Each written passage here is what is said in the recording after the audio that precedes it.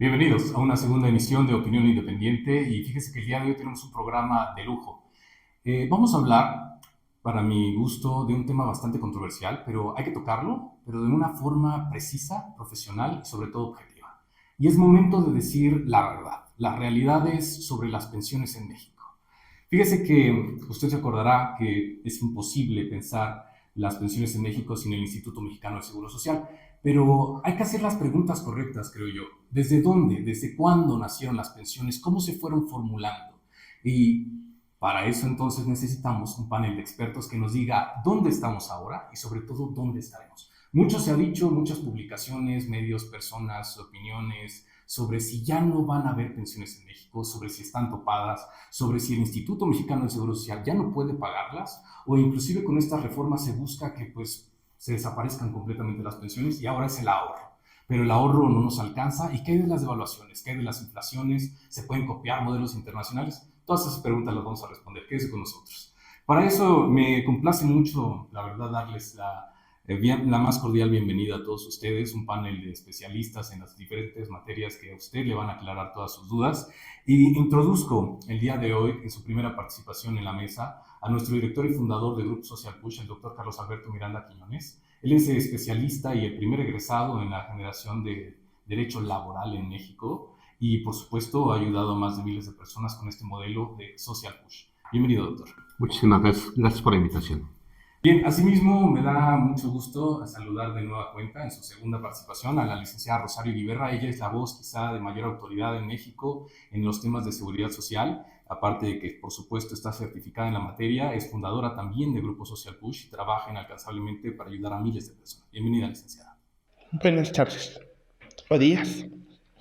Y por último, fíjense que para aperturar este espacio hemos invitado de casa a dos especialistas en economía que me complace mucho, son bastante jóvenes, usted los verá, pero la verdad es que suman bastantes años de experiencia ya con todo lo que han hecho. Introduzco en su primera participación a la licenciada en economía Kimberly Solano. Ella es egresada de la Escuela Superior de Economía por parte del Instituto Politécnico Nacional, una gran escuela, y cuenta con la preespecialidad en economía, matemática y finanzas. Bienvenida, licenciada. Un placer. Asimismo, el licenciado Axel Rosales, él es egresado pero de la UNAM, y fíjense que de la Facultad de Economía tiene la especialidad en Economía Pública. Bienvenido, licenciado. Gracias por la invitación, un placer estar aquí. De esta manera, bueno, pues también de casa, hay que decirlo, pues es la segunda participación, mi estimado contador. Ya usted lo conoce, por supuesto, es una figura más que conocida en todo nuestro país en este ámbito, el contador Armando Galván. Él tiene 38 años de experiencia y ha ayudado a miles de personas en el ramo de la seguridad social desde su área de especialidad contable y financiera. Bienvenido, contador. Muchísimas gracias por la invitación. Y para aperturar en esta mesa, a mí me gustaría comentarles un poquito lo que ya yo adelantaba, ¿no? El tema de las famosas pensiones en México, pero creo yo que hay que empezar por la historia, por los antecedentes. Me gustaría para eso comentarle a usted en casa que el doctor Carlos Alberto Miranda, hace más de 14 años, ya casi 15 años, escribe una tesis doctoral justamente en la que explora todo este aspecto de la seguridad social en México, y la verdad es que es partaguas, de ahí nace todo nuestro programa de Social Push. Y me gustaría recapitular entonces, doctor, ¿de dónde nacen las pensiones? Así de concreto. Es una pregunta muy interesante y pocas veces estudiada. Me gustaría comenzar primero dando un breve antecedente. Y este antecedente es muy general en cuanto al conocimiento público. La Constitución política que nos rige actualmente, que es la de 1917, deviene de la de 1857. Curiosamente, cuando se convoca al constituyente para poder crear esa nueva constitución, se comentaron diversos temas, entre ellos el más difícil de atacar y atender era precisamente el de la clase obrera. Esto da pie a que se cree el artículo 123 constitucional que conocemos hoy por hoy. Sin embargo, en la búsqueda de la defensa de los derechos de los trabajadores, se les señaló a los patrones como los responsables directos de mantener y salvaguardar el cumplimiento de las obligaciones de los derechos derivados de la relación laboral. Sin embargo, establecimos que a partir de esa creación del artículo 123 y nacimiento posterior de la ley reglamentaria, que es la Ley Federal del Trabajo, se comprenden en conjunto todos los beneficios que implica el tener una relación laboral para los trabajadores y obligaciones para los patrones, entre ellos la seguridad social. Recordemos, y quiero ser muy claro en ese aspecto, la responsabilidad de la dotación de la seguridad social corresponde a los patrones. Sin embargo, a lo largo del tiempo hemos entendido que lamentablemente el poder cubrir esa obligación por parte de la clase patronal ha sido muy difícil o casi imposible. De tal manera que el Estado ha tenido que subrogarse a esas obligaciones y a esas responsabilidades, y entonces ha creado diversas instituciones públicas que tienden a cubrir esas necesidades, entre ellas el Instituto Mexicano del Seguro Social y hoy el Infonavit. Derivado de esto, precisamente es que entendemos que, otra vez, la obligación corresponde a los patrones, el Estado se subroga, en razón de lo cual, si el patrón, al tener cubiertas esas obligaciones por parte del Estado, entonces el patrón le tiene que pagar al Estado. De ahí el nacimiento de las cuotas obrero-patronales, y ese es el por qué estas se convierten en un crédito fiscal ante la falta de pago, porque, insisto, la obligación es de los patrones, no del Estado. En razón de ello, es necesario entender que todo nace así.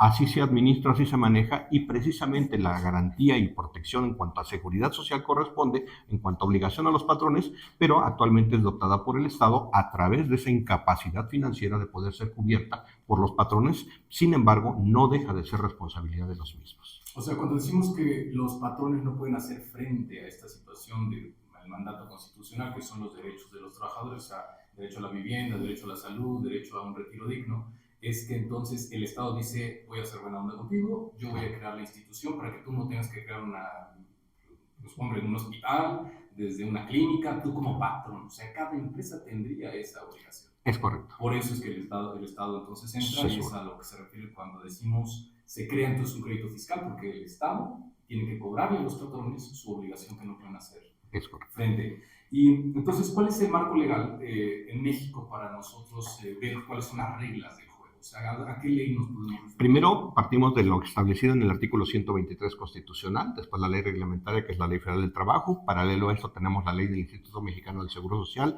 y su reglamento, tenemos la ley del Infonavit y, por supuesto, todas aquellas que van encaminadas precisamente a salvaguardar los derechos y los intereses de los trabajadores, pero de primera mano tenemos esa normatividad jurídica. Cuando hablamos de toda esta normatividad, quiere decir que ahí viene contenido también las reglas para las pensiones en México.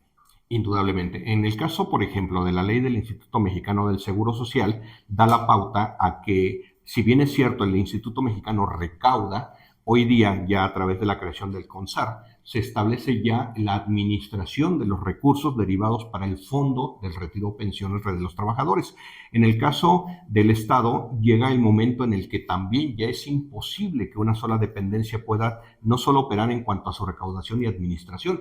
Por ello es que entonces se crea una paralela institución que permita administrar y, sobre todo, salvaguardar la garantía de la recaudación y mantenimiento y traslado del pago de esas obligaciones respecto del concepto pensiones y retiro. Correcto.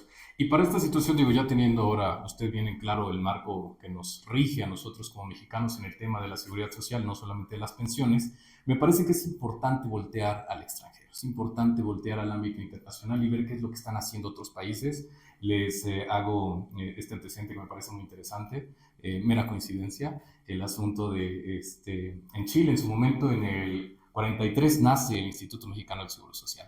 Pero quien se encarga justamente de establecer toda la situación del análisis con base en cómo se va a hacer el modelo de pensiones en México, ustedes se acordarán, es un licenciado, economista, por supuesto, en su momento, que se apellidaba casi Sheinbaum, pero el apellido es similar, pero no es igual. Él era chileno y en su momento crea toda la normativa para justamente Chile, Colombia, Ecuador, y después se pasa justamente a nuestra nación.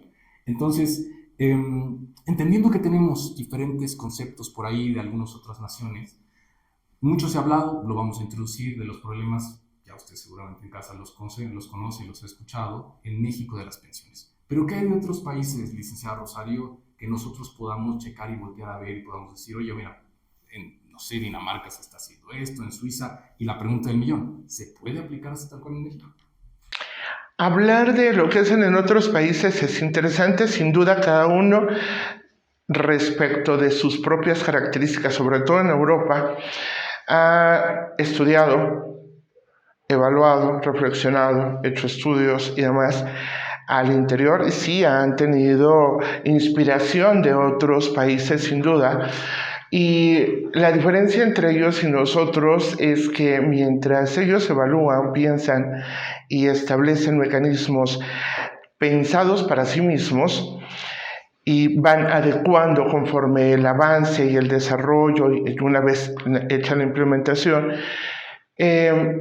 desafortunadamente en el caso de nosotros, aunque lo hagamos y nos inspiremos, no podemos hablar de que funcionen de la misma manera nuestra idiosincrasia, nuestras costumbres, cómo se desempeña el gobierno, cómo realiza cada uno la labor que le corresponde, son absolutamente diferentes en muchos sentidos y eso establece entonces un no es igual. Y los resultados que en este momento también tenemos, o sea, no lo digo yo, los resultados están al alcance de todos. Y sí, hablar de que en otros países las cosas pueden estar funcionando mejor, pues sí podemos estar hablando de que hay un Finlandia, de que hay un Dinamarca, de que hay países en Europa, sobre todo, que funcionan mucho mejor, que no es ellos sí lo están haciendo súper bien y no tienen errores. No podemos hablar de ello, insisto, pero que sí tienen muchas más ventajas y van 1 o 2 pasos adelante de nosotros en algunos sentidos. Sí, también eso es cierto. Hay que mencionar de manera muy rápida, en México, usted se acordará de la famosa Ley 73, nosotros ahorrábamos, ¿verdad? Ahorrábamos a lo largo de toda nuestra vida laboral y los últimos 5 años eran bastante determinantes por ahí, ya en casa lo sabemos. Y el Estado es el que se encarga, el Estado mexicano es el que se encarga de hacer frente. Pero, ¿quién es quién en el mundo? ¿Cómo se maneja, Axel? Ya hablando un poco más en economía, macroeconomía, ¿cuáles son las políticas al respecto? Sí, claro, es una realidad que el sistema de pensiones en un país se debe establecer a partir de sus propias complejidades, así como el propio contexto social, político y económico. Cada país va a tener sus complejidades, así como sus particularidades. Hablemos de países que tienen éxitos como Países Bajos, Islandia, Israel, Dinamarca, Finlandia, Australia. Estos países son conocidos por tener un éxito en su sistema de pensiones.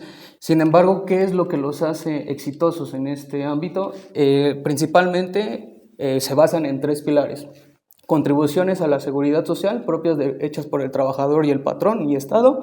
Adicional a ello, otro pilar fundamental son contribuciones complementarias para el retiro, obligatorias o voluntarias. Es decir, se legislan leyes justamente para obligar al trabajador a que ejerza o haga estas aportaciones complementarias para su retiro, así como el mismo patrón está aportando a un sistema privado de pensiones justamente en pro del trabajador.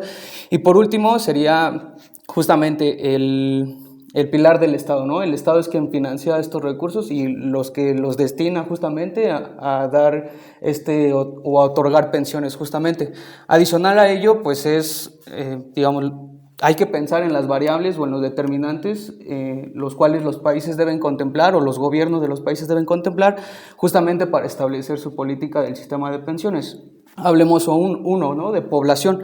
Por ejemplo, los ciudadanos en Australia representan 26.658.000. En México somos poco más de 130 millones. Esto es un determinante, el crecimiento demográfico.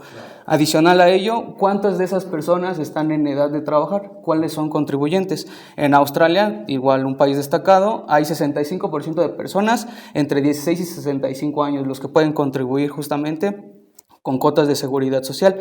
Adicional a ello, ¿cuántas personas de nuestra población se encuentran dentro de los 65 años o más? En países como Australia es el poco más del 17% de personas que son mayores a 65 años. En México tenemos poco más de 15% de personas mayores a 65 años, lo que representa justamente una carga importante para el pago de pensiones. Adicional a ello, e importantísimo, la recaudación. Países como Australia recaudan el 23.6% del PIB, mientras que en México recaudamos acerca del 15% del PIB. Esto es alarmante, dado que México a lo largo de los años se ha considerado un país de los que menos recauda, de los países miembros de la OCDE, de la Organización para la Cooperación y Desarrollo Económico, y es por ello que se vuelve una dificultad y una carga fiscal el estar financiando este tipo de pensiones. Si lo proyectamos a hacia el futuro tendremos que, se pintaba que en el 2010 por cada 100 individuos menores a 15 años en México existían 20.659 adultos mayores a 60 años. Para 2020 esta relación aumentó a 29.62 personas mayores de 65 años por cada 100 niños.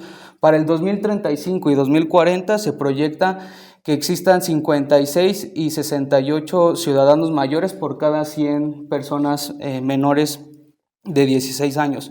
Adicional a ello, es alarmante porque se proyecta que para el 2050 se espera que haya poco más de 24 millones de personas de 65 años o más, lo que constituirá el 16.5% de la población total, y a esto se le estaría destinando cerca del 7.1% del PIB para poder realizar el pago de sus pensiones. Entonces, ese es el panorama general en el cual, pues, justamente se surge el debate de cómo seguir financiando este sistema de pensiones. Y eso nada más en una comparativa internacional, porque hay que mencionarlo. Yo les comentaba este asunto simpático de la coincidencia con el economista Sheinbaum, que es el que realiza todo el estudio para México, justamente, pero así también para los demás países.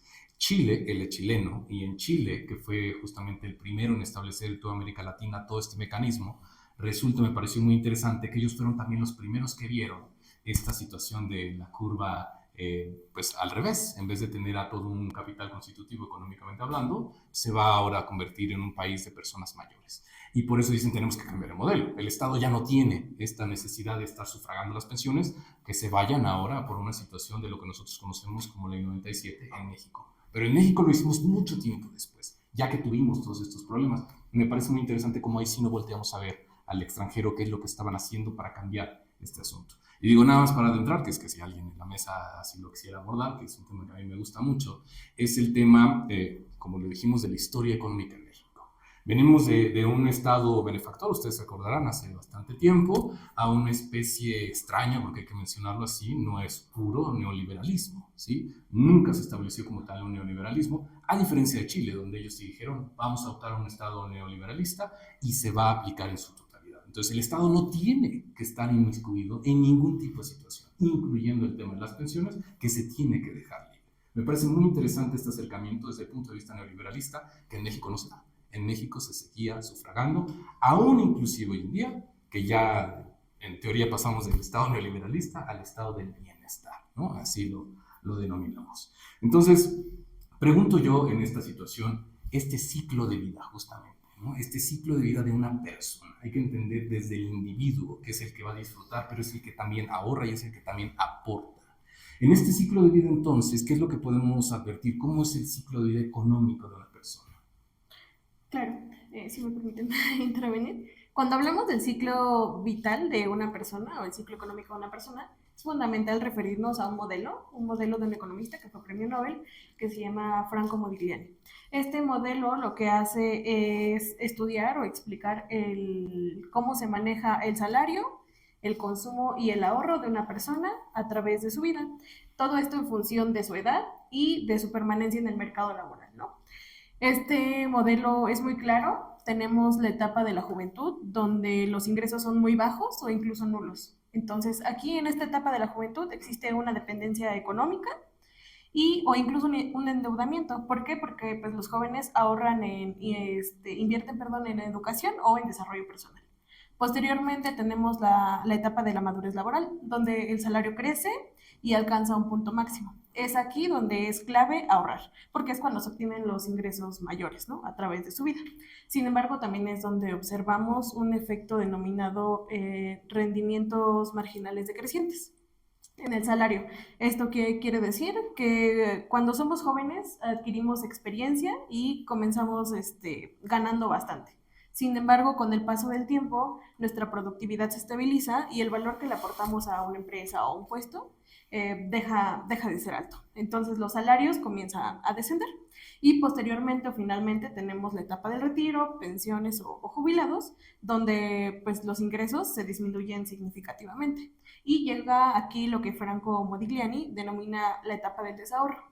Es decir, ahora yo, persona mayor de 65 años, vivo del capital que acumulé a lo largo de mi vida. Y en esta etapa, por lo general, estos ingresos se consumen en su totalidad. Entonces, es importante por eso el ahorro. Este modelo no solo refleja un patrón individual, sino también una dinámica colectiva, donde, por ejemplo, en el modelo de pensiones Ley 73, observamos que depende de una dinámica de solidaridad intergeneracional. Entonces, los ahorros o las pensiones de las personas mayores de 65 años o más dependen de los ahorros activos de los trabajadores actualmente. Entonces, aquí es también donde entra una visión macroeconómica de Modigliani, que nos dice que la tasa de ahorro de un país depende directamente de la tasa de crecimiento económico de un país. Entonces, esto nos quiere decir que en economías sanas el ahorro es más posible y en economías estancadas o en crisis es más difícil que los trabajadores ahorren. Entonces, los trabajadores únicamente están pensando en resolver necesidades inmediatas. Entonces, una tasa de ahorro no solamente depende de una decisión personal o del ahorro privado, sino que depende también de una economía fuerte. Entonces, una economía en crecimiento va a permitir que el Estado pueda generar reservas públicas con las cuales sostener un buen sistema de pensiones. Entonces, es por ello que es importante pensar a largo plazo y ahorrar cuando los individuos están en su madurez laboral, es decir, cuando obtienen los mayores ingresos en su vida. Leí hace poco que el promedio mensual en mexicano en cuanto al ingreso, en teoría son datos oficiales, es de 15,000 pesos mensuales. ¿Sí? Entonces, de esos 15,000 pesos mensuales tendría yo que estar justamente ahorrando una cantidad. Pero hay que ser muy honestos, ¿sí? Usted en casa lo sabe, se acordará cuántas crisis económicas, devaluaciones, situaciones complejas hemos pasado, que se piensa difícil el querer ahorrar en una moneda como el peso, que se ve bastante volátil y con presiones internacionales bastante complicadas, y eso sin entrar a un debate de cómo lo han hecho las administraciones. Pero centrándonos, contador Armando, en el tema de las personas. Digo, usted al final del día ha tratado, y justamente es el área de especialidad, ha tratado de estar educando y buscando diversas alternativas y estrategias para las personas. ¿Cree que ha cambiado la forma justamente del ahorro y del consumo de las personas a lo largo del tiempo? Usted lo ha visto en miles de personas a lo largo de bastante tiempo. Lamentablemente no. Seguimos todavía gastando lo que tenemos de ingreso. La gente no entra en conciencia del ahorro hasta que siente que ya llega la fecha de la pensión. Correcto. Entonces, no. Les puedes explicar y muy pocos son los que pueden entenderlo. Tipo, hay gente que sí me marca. A los 45 años he tenido gente que me está marcando, oye, voy a entrar a la modalidad 40, desde ahorita me quiero preparar. Felicidades. Pero no ha de ser ni siquiera el 1%. Lamentablemente así sucede, ¿no? Entonces, ¿no? ¿Qué tenemos que hacer? Pues seguir impulsando el ahorro preventivo. Nosotros le llamamos ahorro inteligente, que tenga que ver con el interés compuesto y demás, pero solamente para las personas que van a entrar a la modalidad 40 y que todas son chavos, ¿no? 45, 48 años, 50 años.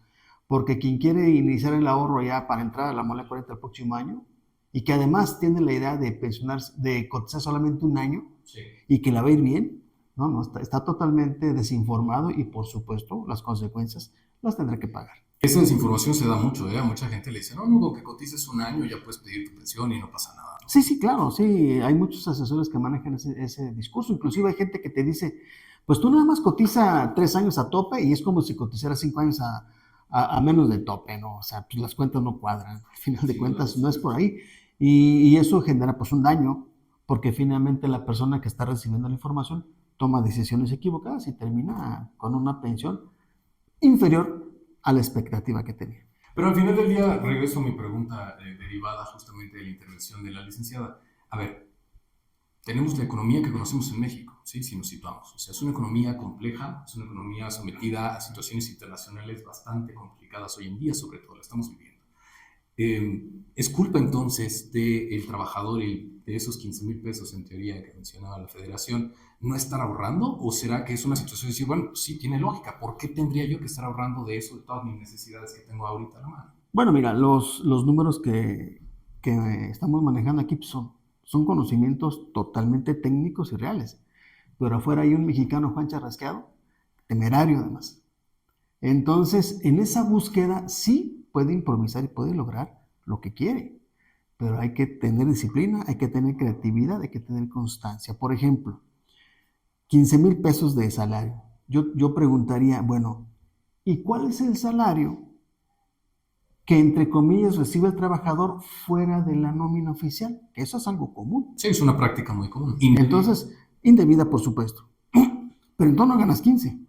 A lo mejor ganas, a lo mejor ganas 20, 17 que fuera. Ya tienes ahí un margen que tú puedes ahorrar. El ahorro no tiene que ser en grandes cantidades, más bien en la constancia, en el tiempo. Entonces, si eso le agregamos también, por ejemplo, que la Profeco dice que nosotros gastamos aproximadamente 2,000 pesos al mes, que no es necesario gastar, ya llevas 2, más otros 2, ya llevas 4. ¿Cuánto te cuesta la mole 40? La mole no la puedes pagar a tope. Nadie dijo que tiene que ser a tope forzosamente, 25 UMAS.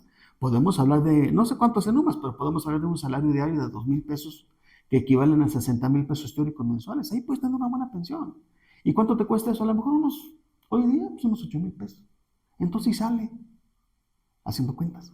¿Qué digo? Hay que mencionar que la vida cambia, digo, no tenemos que abordar todavía el tema, ¿verdad? Pero la vida cambia cuando el Estado me va a garantizar una pensión, a cuando yo ahora, hoy en día, población sobre todo joven, tenemos que buscar Bueno, nuestro ahorro sí. para un futuro. Bueno, sí. Bueno, yo hablé ahorita en mente de ley 73, pero también hay para ley 97. La gran ventaja que tienen los de ley 97 es que tienen todo el mundo por delante, cosa que nosotros los de ley 73 no. ¿Pero qué necesitamos? Bueno, cambiar el chip. Sí. Tener disciplina. Es cierto, las circunstancias económicas no nos son favorables. De hecho, nunca lo han sido. Todos los que estamos aquí hemos conocido puras crisis, porque estamos desde Salinas de Gortari para acá, una tras de otra, de diferentes formas y con diferentes impactos, pero le pega al bolsillo. ¿Cuántos años no duró el salario sin moverse? Claro. Entonces, y sin embargo, aquí estamos. Entonces, los que somos jóvenes, bueno, los que son jóvenes, pueden ahorrar, pueden hacer un esfuerzo y yo creo que sí se puede lograr. El tema es la asesoría, el tema es la información, el tema es, creo yo, el conocimiento. Pues es como un seguimiento, sí, claro, todo parte del principio, pero lo más importante es que si no lo piensas acá, puedes traerte 20,000 asesores y no vas a avanzar. Estoy de acuerdo. En eso estoy muy de acuerdo con usted. Y por esas situaciones que creo yo que es importante entonces decir, el Estado me paga mi pensión, me va a garantizar mi pensión, pues suena muy bien, se antoja una vida bastante tranquila. Pase lo que pase, haya devaluaciones, haya inflación, lo que sea. Me siento muy ajeno.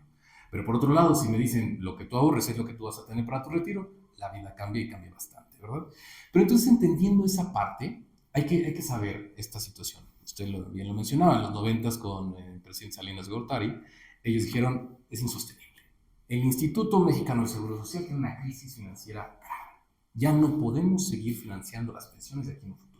Se crea el sistema de ahorro para el retiro, se empieza a ver el tema de, ya con miras a una ley 97, una reforma en donde se cambia por completo el chip, pero el Estado mexicano, ¿verdad? Dice, ahora tú, como trabajador, ahorras para tu retiro. ¿De dónde sale entonces? La pregunta que creo yo es bastante lógica.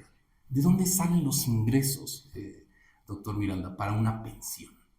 Bien, es importante el hacer esa consideración porque la mayoría de las personas estamos acostumbrados primero a exigir, sin darnos cuenta de que lamentablemente hay mucho de fondo que hay que considerar y analizar.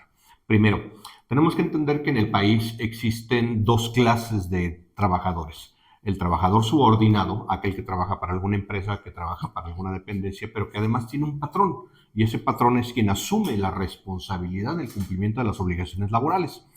Pero existe un sector mayoritario que curiosamente existe y lo vemos cuando queremos, pero desde el punto de vista jurídico y gubernamental no lo vemos. Es más, lo satanizamos, que es el sector de los trabajadores independientes.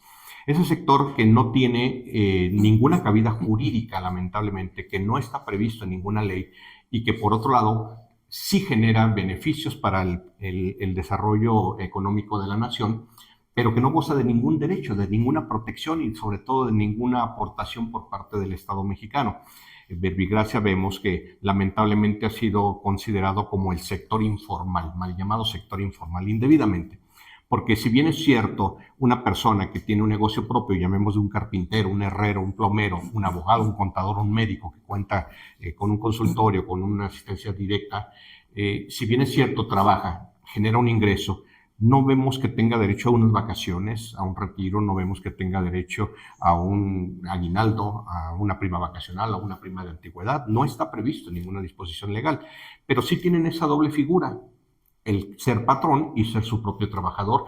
Y obviamente, además, asumen responsabilidades, porque pueden pagar renta, pueden pagar impuestos, pueden pagar muchos gastos que le van a permitir seguir subsistiendo en la operación mercantil, pero al final ellos de manera personal no tienen ninguna garantía. Consideremos que el tiempo pasa, ellos envejecen y obviamente con el paso del tiempo no tienen ninguna garantía de algún posible retiro o de algún ingreso que les permita subsistir. Entonces, hoy por hoy, la economía nacional se sostiene principalmente por las aportaciones que hacen tanto los patrones inversionistas como los trabajadores que dependen de ellos, y por otro lado, el sector mayoritario, que es el de los trabajadores independientes. Todo ese proceso económico que se genera como recaudación y que sostiene la economía del país, de ahí deviene precisamente la utilización de esos recursos para poder hacer frente, primero, respecto de las obligaciones que nacen por parte del Instituto Mexicano del Seguro Social y ahora a través de las administradoras del Fondo del Retiro. Pero en el caso de los trabajadores independientes, bueno, pues el Estado lamentablemente ha tenido que hacer frente y entender que ese sector mayoritario que también está aportando tiene derecho a recibir alguna aportación, y de ahí los programas sociales derivados con todas las pensiones que hoy conocemos, que son de carácter popular, con la intención de que cuando menos, aunque sea una cantidad mínima, sea suficiente para garantizar la subsistencia de todas esas personas que ya trabajaron de manera independiente, pero que a lo largo del tiempo, hoy por hoy, ya son personas que requieren de una asistencia, pero sobre todo de una aportación económica. O sea, me parece muy interesante cómo estás abordando el tema. O sea, el doctor Miranda inclusive hace un llamado, licenciada Rosario, al asunto de véase a los trabajadores independientes, que los mal llama en una parte de la situación de los estudios informales. Informalidad porque no están debidamente registrados en un ámbito fiscal, pero el doctor bien lo dice, los patrones aportan, el Estado aporta y los mismos trabajadores, sean independientes o no, aportan. Y de ahí es como se hace de recursos, ¿verdad? El Estado. Pero, ¿cómo es exactamente entonces esta situación, este fenómeno? Mucha gente dice, bueno, pues tú no pagas impuestos, ¿sí? Yo no estoy registrado, no pago impuestos, estoy en la informalidad, ¿sí? Entonces, ¿es correcto pensar que la gente sigue en esta informalidad, que nadie paga impuestos si somos trabajadores independientes no registrados ante Hacienda? No. El no estar formal en una situación fiscal ante el organismo responsable no significa que no pagues impuestos. O sea, absolutamente todos quienes compramos lo que sea, como consumidores finales, estamos pagando impuestos. Que los declaremos, podamos deducirlos o no, esa es una historia diferente. Pero podemos con ello, porque trabajamos, generamos empleos, porque sí, a veces se hace, tener derecho a una seguridad social, por supuesto que sí. No está, como bien dice el doctor Miranda, formalmente y puntualmente establecido. Esa es también una realidad, porque en este momento el Instituto Mexicano del Seguro Social desde el año pasado haya formalizado ya como una modalidad extra, un nuevo esquema de incorporación al instituto para trabajadores independientes o autoempleados, y haciéndolo extensivo para quien lo pueda pagar. Ojo,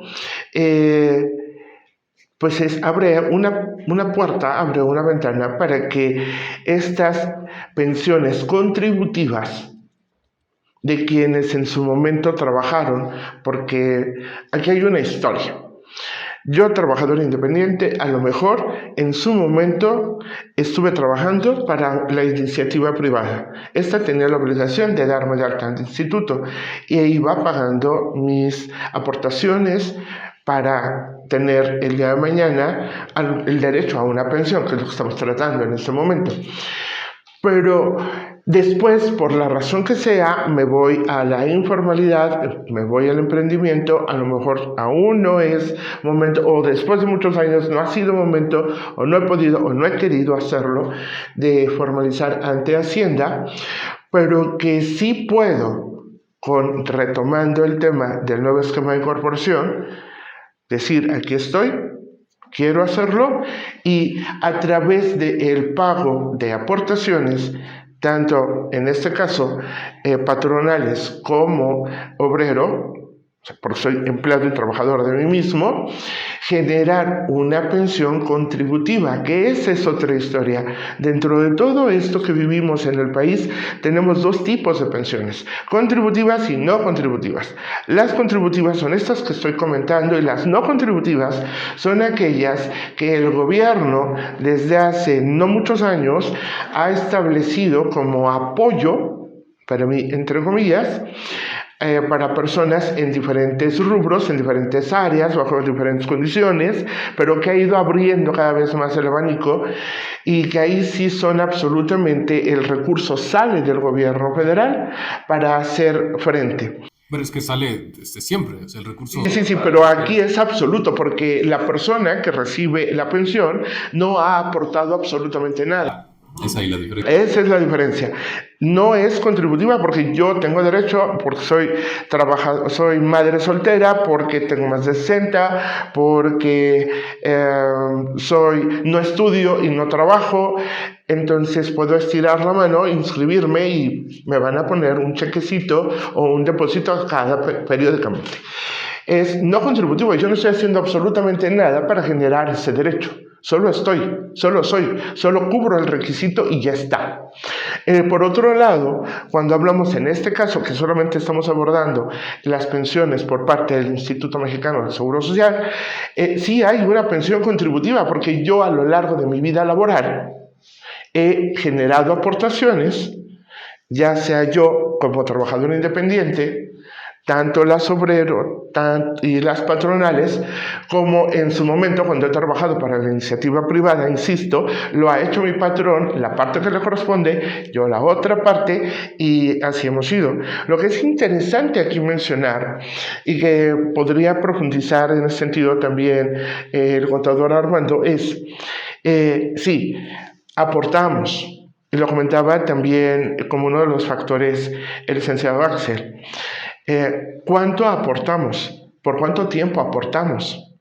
Empezamos una vida laboral a lo mejor a los 18, a los 20 años. A lo mejor nos damos de alta como trabajadores independientes a los 18, 20 años. Trabajamos 30 años, en este caso van a ser 40, ya para la nueva ley, se requieren 40 años. Porque se los bajaron amablemente a menos años. Hasta el 2030, que ya queda fijo hasta este momento, si no hay modificaciones futuras.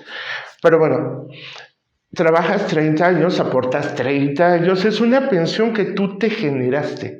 Es una pensión a la que, por supuesto, tienes derecho en todos los sentidos, porque salió de ti y porque el gobierno federal está aportando. Y porque tu patrón está aportando. De manera directa para tu pensión. Para tu pensión. Entonces es una pensión contributiva, que es bastante loable, que todos debemos y tenemos derecho. Y podemos ejercerlo cuando cumplamos con los requisitos. Entonces yo voy más allá, o sea, ¿cuántas personas sí han podido hacer?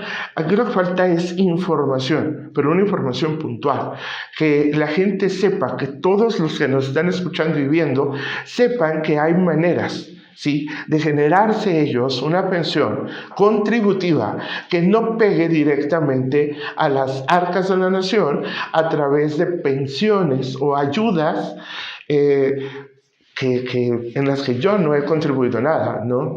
Ahí lo abordaremos más adelante, porque claro, lo abordaremos más adelante. Aquí la pregunta principal era ¿de dónde sale el dinero para pagar las pensiones? ¿De lo que yo aporto o no? Fíjate que ahorita que tocas ese tema, hace rato decían aquí los economistas, dicen, bueno, México es un país que tiene poca captación de impuestos. Sí. Entonces nosotros como mexicanos de alguna forma contribuimos a que no crezca la captación. Porque todas estas personas que trabajan de manera independiente, no todas, pero una parte importante, no pagan el impuesto a la renta. Pagan el impuesto al consumo, por supuesto, eso sí, pero recordemos que todos los mexicanos estamos obligados a contribuir al impuesto a la renta cuando tenemos una ganancia. Correcto. Entonces, los que son omisos a esta obligación, de alguna forma están contribuyendo a que la captación de impuestos no sea la que se requiere y por ende, finalmente nos repercute a nosotros porque entonces si el país tiene menos impuestos, independientemente de cómo los gaste, tiene menos dinero para repartir a las pensiones. Justo, eso es a donde yo quería llegar. O sea, todos contribuimos de alguna manera, y discrepo un poquito con la licenciada, porque al final del día creo que todos contribuimos de alguna manera con el pago de nuestros impuestos, ya sea vía indirecta por medio del consumo o vía directa por medio de nuestros ingresos, ¿no? Pero al final del día todos contribuimos al pago de las pensiones. Todo esto sube, como bien lo comentaba el contador, a las arcas de la nación y de acuerdo a las políticas fiscales, a las decisiones que el gobierno federal y quien esté a cargo en ese momento decida cuánto se tiene que destinar. Y ahí me gustaría abordarlo justamente con el licenciado Axe. ¿Cómo es que estamos en este contexto? ¿Cuánto se paga de pensiones en nuestro país? Sí, correcto. También me gustaría retomar un poco acerca de dónde proviene este dinero para el pago de las pensiones, dado que, bueno, es interesante justamente, ¿no? Entre pensiones contributivas, no contributivas, ley 73, ley 97, ¿no? Hablamos de que en la ley 73 se tenía la idea de que se iba a financiar las pensiones de ley 73 con las aportaciones a la seguridad social de los trabajadores vigentes, ¿no? Es decir, cuotas que van a servicios de salud, a esta parte de cotizar semanas y derechos sociales, ¿no? Servicios sociales que otorga el IMSS. Sin embargo, pues llega el momento donde la población que está activamente trabajando y haciendo sus aportaciones a la seguridad social, ya no es suficiente esto para financiar a las personas que están solicitando su pensión bajo ley 73. Entonces, ¿qué es lo que sucede? Que la tabla poblacional se invierte y por ello es que se da el paso a reformar la ley de pensiones con la ley del 97, donde pues ya pasa de un sistema de reparto a cuentas individuales, ¿no? Donde el beneficio está definido y cada quien tiene que hacer sus aportaciones. Es ahí donde creo yo está la diferencia, ¿no? Es decir, se tenía pensado que solo las cuotas a la seguridad social eran suficientes para pagar las pensiones y a la actualidad esto ya no es suficiente, ¿no? Porque actualmente como bien dice, todos contribuimos tanto en impuestos directos al ingreso como impuestos indirectos en el consumo. Sin embargo, para este 2024 nos dice el Servicio de Administración Tributaria que la recaudación alcanzó 4.954.000, de los cuales 2 billones se recaudaron por concepto de ISR, 1 billón por concepto de IVA y 628.000 por concepto de IEPS. Sin embargo, para este 2025, el proyecto de presupuestos de egresos de la Federación nos indica que para el pago de pensiones, tanto contributivas como no contributivas, se destina el 2.16 billones. Esto está representando toda la recaudación del ISR y parte del IVA. Es por ello que aquí está la problemática y donde nos encontramos, donde la recaudación ya no es suficiente justamente para financiar el pago de pensiones, tanto contributivas como no contributivas. Entonces estamos diciendo, no pague impuestos, de todas maneras no alcanza. Pues realmente comparto la opinión del contador Armando, donde pues realmente tenemos que hacer esfuerzos justamente para incrementar la recaudación, tanto ISR por las personas que se encuentran fuera de estas regulaciones, así como, digamos, hacer el esfuerzo personal, ¿no? De un trabajador independiente. Si yo soy mi propio patrón, buscar la posibilidad, la manera de poder generar tanto mis cuotas patronales como mi cuota obrero, ¿no? Entonces es ahí hacer el esfuerzo porque justamente, ¿no? Ya ley 97 tendría que también enfocarse más al ahorro. Entonces debe ser un sistema híbrido, tanto yo aportar para no, digamos, no recibir alguna pensión o no pertenecer a esta carga fiscal para el Estado, yo debo de contribuir y adicional a ello, pues pensar en el futuro, ¿no? Justamente mediante instrumentos financieros de a largo plazo justamente. El doctor Miranda introducía una situación de una segmentación, o sea, una diferencia que hace el gobierno federal en quién aporta, quién es la población económicamente activa, quién genera esta riqueza de la nación. Él refería que muy puntualmente uno de los sectores menos vistos es la gente que trabaja por su cuenta, que muchas veces se le considera como informales, porque no están aportando lo que deberían aportar en materia fiscal, o sea, a la hora de pagar impuestos, pues, ¿sí? Entonces, creo yo que es un tema bastante interesante porque la pregunta permanece. Si el doctor Miranda decía, es la gran cantidad de la población, él así lo refería, ¿no? La gran cantidad de la población que está sosteniendo el país, está aportando la gran cantidad de riqueza, pero entonces, si todos ellos se formalizaran, toda que es poquito más de la mitad de la población en México, ¿sería suficiente para el pago de todas estas pensiones que estamos manejando? Usted no se preocupe, más adelante le explicaremos más a fondo todas estas pensiones. Pero ahorita lo que queremos ver es este foco, ¿no? Si todo mundo, toda esta situación de informalidad, o mal llamada informalidad, se formalizara, ¿entonces alcanzaría? Bueno, mira, fíjate que ahorita que dices eso, vamos a decirlo así, pues no hay dinero que alcance una familia numerosa y que aparte los papás quieren mantener a los nietos, en fin, no hay dinero que alcance. Pero creo que se avanzaría mucho si se recaudara el impuesto sobre la renta que no se recauda hoy. Sin embargo, no es lo único que el gobierno puede hacer. Ahora, tenemos un presupuesto y decimos ahí 2 billones de pensiones. Cuando hablamos de pensiones nos da terror. Si le decimos educación es otra cosa. Si le decimos seguridad es otra cosa. Vamos quitando la etiqueta. Si es necesario aumentar la porción de las pensiones, bueno, ¿qué va a pasar? Pues le van a reducir a seguridad, le van a reducir a educación, o va a haber una mezcla donde van a tener más captación de impuesto a la renta, a lo mejor va a ser más exigencia la verificación de las personas que no pagan impuestos. Correcto. Sí, sí. Pero también al final cuenta, digamos, bendito Dios, aún somos un país con petróleo. No sabemos que, ahorita a corto plazo a lo mejor no lo vemos como una viabilidad, pero recordemos que en 2 sexenios anteriores hubo excedentes enormes de ingresos petroleros que a lo mejor no se canalizaron como debieran. Puede ser que a futuro vuelva a suceder, porque contra todo lo que se diga, el petróleo aún sigue siendo un recurso bastante poderoso para quien lo tenga. Sí, sí. Entonces, que está en aguas profundas, bueno, no sé, pues ahora sí que el papá gobierno desesperado tiene que hacer lo necesario para que tengamos sus recursos, pero yo pienso que sí puede haber un equilibrio en las pensiones, pero también hay otra cosa de la que nunca se habla. Tenemos centenares de sistemas de pensiones en la oscuridad. No sabemos bajo qué reglas están, se ocultan y le pegan al presupuesto. Entonces, si se trata de ordenar la casa, pues lo primero sería también, a ver, vamos viendo sus sistemas de pensiones y hay que ponerlo en orden, hay que poner dentro de lo que cabe, porque también son derechos ya adquiridos de los trabajadores. Claro. No fácilmente puede uno llegar y atropellarlos. Claro. Entonces, más que buscar atropellarlos, es reordenarlos y ver a futuro cómo se pueden ajustar las reglas de las pensiones. Pues ya tirando la ley 97, ya lo de ley 73 ya está dado. Si hay opciones, que no las vamos a platicar aquí para que no se sepan, hay opciones donde el gobierno puede apretar, ojalá y no sepan, pero ya es poco probable.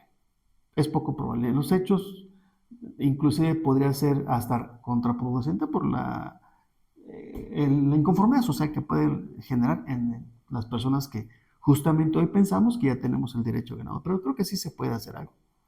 Doctor Mena, a mí me parece muy interesante, doctor, porque en su momento lo hemos platicado en otras ocasiones, las fuentes de riqueza de la nación, ¿sí? Creo yo bien lo mencionaba el contador Armando, estoy muy de acuerdo con él.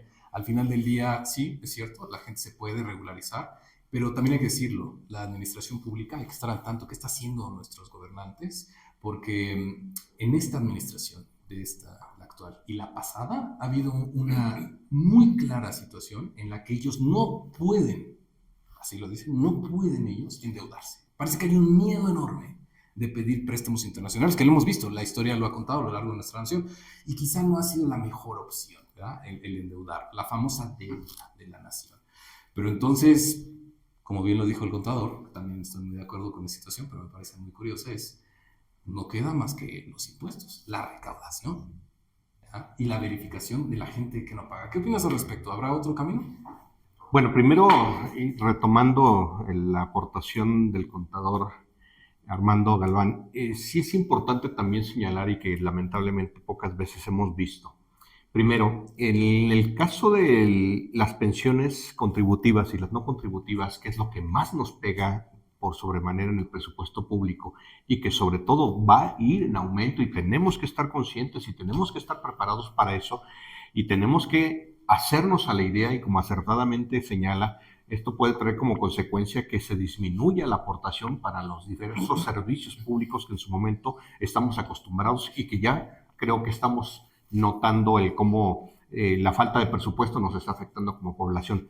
Pero lo importante y el punto medular de ello es que satanizamos al sector laboral desde el punto de vista de obligación por parte del IMSS, pero nos olvidamos de las instituciones públicas y las instituciones que en su momento también administran los fondos de retiro. Me refiero a universidades públicas, me refiero a estados de la República que también tienen sus propios organismos de seguridad social y que al final reciben presupuesto del gobierno federal y que al final, independientemente de la recaudación, que sigue la misma escalada, es decir, es incapaz la recaudación en cuanto al tema de seguridad social para poder sufragar y solventar sus propias necesidades.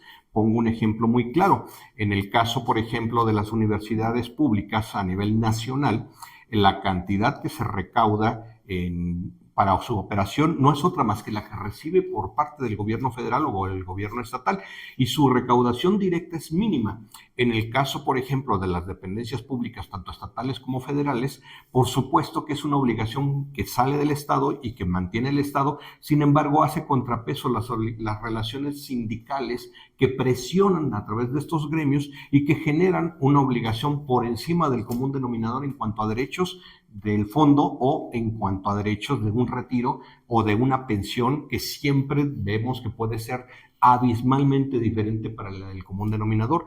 Y obviamente entendemos que el recurso sale nuevamente del presupuesto del Estado. Entonces, por más cambios, por más sugerencias, por más administraciones que pretendamos hacer de manera correcta, transparente y honesta, nos damos cuenta de que el fenómeno no es nada más en cuanto a la administración de los fondos, sino va más allá.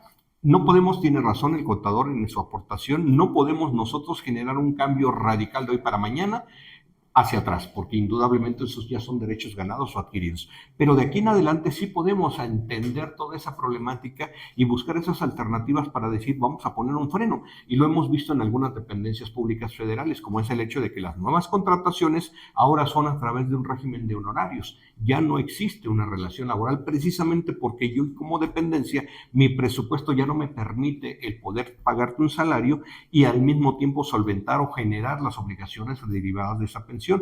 Lo que voy a hacer hoy día es que te voy a contratar, pero tratando de evitar que tengas, si no derechos laborales, los menos derechos laborales, con la intención de que ya no subsiste esa obligación de pago para el día de mañana. Entonces, la cantidad que se genera como pago o como obligación de las pensiones contributivas más las no contributivas, la verdad es una cantidad hoy día, por cierto, tenemos que entender, es impagable. Entre la recaudación que tenemos respecto de la obligación de pago y cada vez es mayor porque conforme el paso del tiempo, la cantidad de población, como lo comentaba acertadamente el licenciado Axel, somos hoy día más de 130 millones de personas. Sin embargo, de esa cantidad de personas, ¿cuántas ya estamos por entrar a una tercera edad y cuántas vamos a reclamar ya el derecho de recibir cuando menos una ayuda por parte del gobierno, o si yo aporté a través de las pensiones contributivas, bueno, pues el derecho de poder ejercer el pago y cobro de esa pensión? Si le sumamos, definitivamente no va a haber presupuesto que alcance. Entonces sí es importante analizar toda esta problemática de manera general y no solo particular. Interesante cómo justamente lo abordas y lo quiero introducir como una situación de idea sobre la mesa. A ver, la duda prevalece, ¿eh? O sea, le oíste a la duda, pero rescato de tu participación justamente lo que comentas. Me pareció muy interesante que lo abordaras desde un punto de vista estatal. O sea, el presupuesto de una entidad federativa no alcanza para poder garantizar o se le antoje querer garantizar toda la situación laboral tradicional. Pero ¿qué hay con las empresas? La empresa está penado. Ellos lo justifican por el tema de un presupuesto. Pero una situación formal, tradicional, empresa privada, está penado. Bueno, mira, yo quisiera completar con lo siguiente.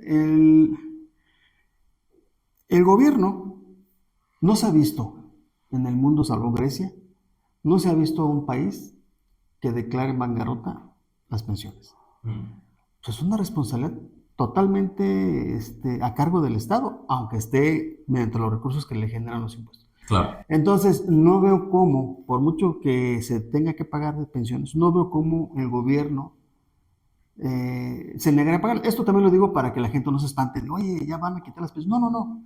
Pero qué puede traer como consecuencia? Bueno, reducción de los servicios, porque el presupuesto se reduce al crecer el gasto social. También puede ser que se aumenten los impuestos, el impuesto a la renta, por ejemplo, que suba un poquito más. También puede ser que termine pidiendo préstamos al extranjero, o por último, que emita papel moneda. Correcto. Todo es perjudicial, pero el gobierno, como buen gobierno mexicano, no nos va a dejar desamparados. Pienso que habrá pensiones, así se tenga que pagar un costo muy alto, en mi opinión. Y justo a eso quiero yo concluir y pido la intervención justo de los especialistas en economía, porque, a ver, el gobierno, como bien lo dijo Federal, me gusta cómo lo abordó, no nos va a dejar desamparados, dice el comprador, ¿sí? Sea al costo que sea, eso lo saben perfectamente bien. Y ustedes se acordarán que estas famosas, ahora tenemos que hablar de las pensiones no contributivas, ya lo adelantaba y lo definió muy bien la licenciada Rosario, todas aquellas que directamente hacia esa pensión, con miras hacia esa pensión a un futuro, nunca se aportó de manera individual nada. Entonces, ¿de dónde nacen las pensiones no contributivas? Ustedes se acordarán, en aquel entonces, cuando todavía éramos Distrito Federal, en ese entonces el jefe de gobierno, Andrés Manuel López Obrador, fue quien inicia justamente con las pensiones para los adultos mayores. De ahí el presidente Vicente Fox le agrada la idea y en conjunto la extiende a toda la nación. Pero entonces, la duda, si bien es cierto, no nos van a dejar desamparados, estuvo mal, ustedes como economistas, ¿cuál es su punto de vista? ¿Que existieran estas pensiones no contributivas? No, para nada, al contrario. Lo que se busca con una pensión no contributiva es garantizar pues un piso mínimo de bienestar para una persona. Es decir, no dejar a un sector en vulnerabilidad, tomando en cuenta que la población de 65 años o más es un grupo etario, pues, que está en bastante vulnerabilidad, ¿no? O sea, hemos visto que aproximadamente solo el 55% de ellos reciben una pensión. Y a esto, sumándole que muchos se encuentran en condiciones de pobreza extrema, ¿no? Entonces, nada más igual me gustaría finalizar el punto anterior, tomando en cuenta que el gasto en pensiones va a aumento. O sea, en los últimos años el gasto en pensiones se ha triplicado. Y por otra parte, la Secretaría de Hacienda y Crédito Público pronostica que los ingresos que perciba la nación se disminuyan en un 20%. Entonces, esto sigue siendo una cifra alarmante, porque entonces, ¿cómo o de dónde va a sacar el Estado este dinero? Entonces, también se prevé que la deuda pública pues siga aumentando, lo que a su vez pues nos sigue afectando. Ya lo comentaba justamente el doctor Miranda, bueno, repito, este sector informal, ¿no? En este sector de las personas que no están formalizadas en su parte fiscal, son quienes están sosteniendo toda la parte de recaudación. Y entonces sostienes la recaudación, pero sostienes la recaudación por pensiones no contributivas que ya se están disfrutando, pero que tú tampoco estás generando derecho para una pensión contributiva el día de mañana del IMSS, porque no tienes IMSS, porque tú no estás pagando impuestos, porque no estás en un esquema tradicional. Entonces, tal parece que se crea, como bien lo adelantaba usted, contador Armando, un círculo vicioso que estamos alimentando y que el gobierno federal, al no desampararnos, está tratando de justificar o llenar o subsanar con pensiones no contributivas, que pues nada más está pues ahí la siguiente administración que se haga cargo y a ver qué pasa, ¿no? ¿Quieres una buena pensión? Apórtale. ¿Cuánto aportan los europeos? Entre el 12 y el 18% de su salario. ¿Y tú quieres tener lo mismo con un 1.25%? ¿Le echas la culpa al gobierno? Claro. Primero, a mí me gustaría sí que este panel tuviéramos un tanto más de responsabilidad y ser más claros en el sentido formal. Al final, la economía se ha sostenido y se sigue sosteniendo gracias a la aportación del trabajo, no de la recaudación fiscal. Entendamos ese fenómeno curioso. Pareciera que es la opción, pero en mi opinión no lo es, porque de acuerdo al reglamento del Seguro Social, la afiliación, pues hay enfermedades que nunca se te van a atender. Para la mesa prevalece. Es un modelo que se está buscando, aun cuando no estemos de acuerdo, cambiar. Un modelo que empezó con la parte de ley 97, se acabó, el Estado ya no contribuye a las pensiones de manera activa y tampoco las va a garantizar ya el día de mañana, hasta ahí se quedó. Y las reformas que han estado resultando de todo esto han sido modificaciones, parches, si así lo queremos ver, inclusive, a lo mejor no del todo bien hechos, pero sí con esta situación de creatividad de dónde sacamos más recaudación y cómo garantizamos el modelo sostenible. Hay un convenio entre el SAT y el Seguro Social donde están apretando a las personas físicas.